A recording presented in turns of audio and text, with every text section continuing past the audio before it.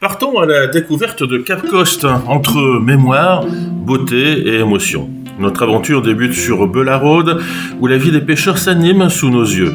Les chants entraînants des hommes qui tirent leurs filets, synchronisés avec le bruit des vagues, forment une symphonie captivante face à l'immensité de l'océan. Cette scène, si vivante, semble capturer l'âme même de cette ville côtière. Puis nous avançons vers les rues vibrantes qui entourent le fort Victoria. Là, un charme presque nostalgique émane des bâtiments coloniaux, marqués par le poids du temps.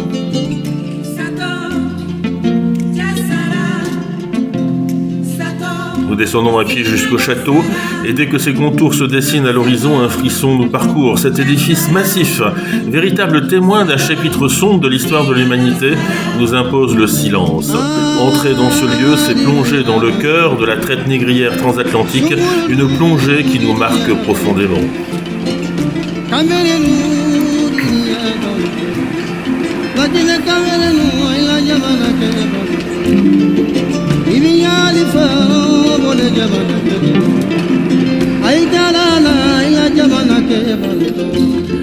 Les couloirs sombres, les cellules où tant d'âmes ont souffert et cette couche visible au sol formée par des siècles d'humiliation humaine, tout ici parle de souffrance mais aussi de mémoire. Nous passons devant la porte du non-retour, ce seuil glaçant qui ouvrait sur une vie d'esclavage.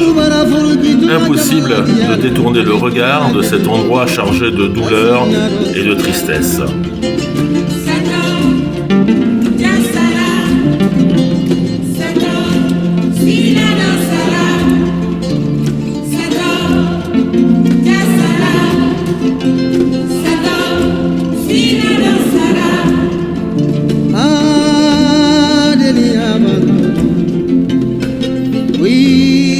Le contraste est saisissant lorsque nous pénétrons dans les appartements du gouverneur, baignés de lumière et offrant une vue imprenable sur l'océan.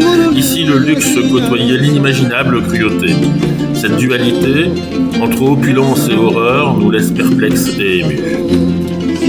Ensuite, nous explorons le quartier des pêcheurs, niché de l'autre côté du fort, à proximité de la tristement célèbre porte du non-retour. Là, la vie est vibrante, presque effrénée. Les enfants rient, les filets se déploient, les étals de poissons regorgent d'odeurs et de couleurs, et ce dynamisme se déroule à l'ombre d'un passé encore trop lourd.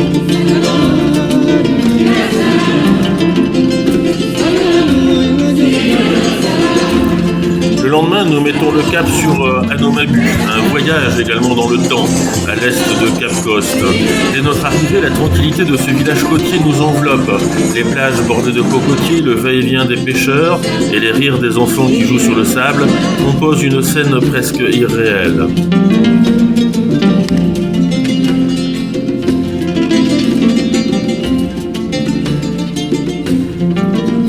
Le fort William, imposant et silencieux, se dresse comme un gardien du passé. Nous n'avons pas besoin de pénétrer à l'intérieur pour ressentir le poids de son histoire. Ce fort, autrefois au cœur du commerce transatlantique, continue de témoigner d'un passé où l'avidité humaine a triomphé de la compassion.